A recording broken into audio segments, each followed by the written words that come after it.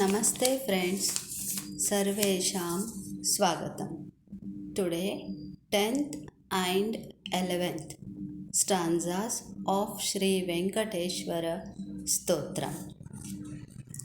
Aham durataste padambojayugmam pranamechhayagatya sevam karomi सकृत्सेवया नित्यसेवाफलत्वं प्रयच्छ प्रभो Venkatesh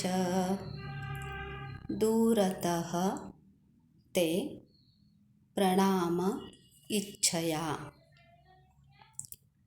I came from a long way to bow on your 2 feet which are like lotus, and I want to serve you.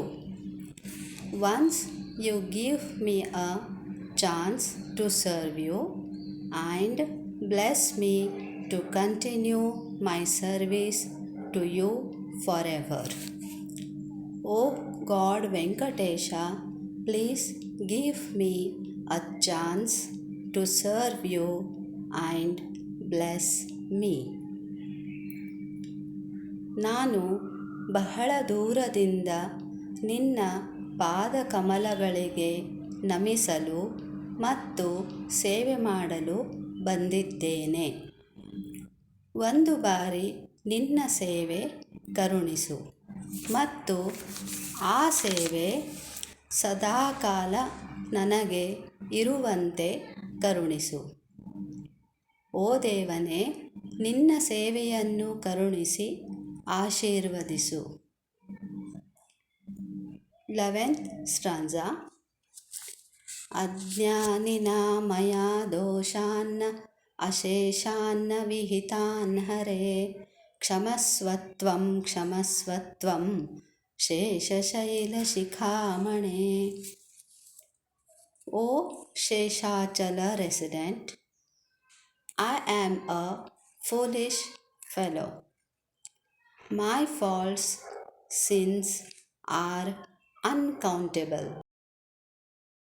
Please forgive.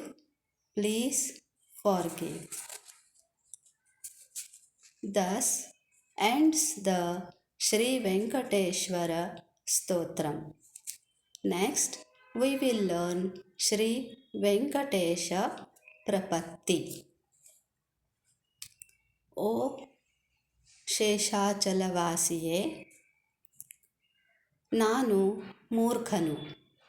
ನನ್ನ ತಪ್ಪುಗಳು ಪಾಪಗಳು ಅನೇಕ. ದಯವಿಟ್ಟು ಕ್ಷಮಿಸು. ಈ ರೀತಿಯಲ್ಲಿ ಶ್ರೀ ವೆಂಕಟೇಶ್ವರ ಸ್ತೋತ್ರವು ಮುಗಿಯಿತು. ನಾವು ಮುಂದೆ ಶ್ರೀ ವೆಂಕಟೇಶ ಪ್ರಪತ್ತಿಯನ್ನು ಕಲಿಯೋಣ. ಧನ್ಯವಾದ. Thank you.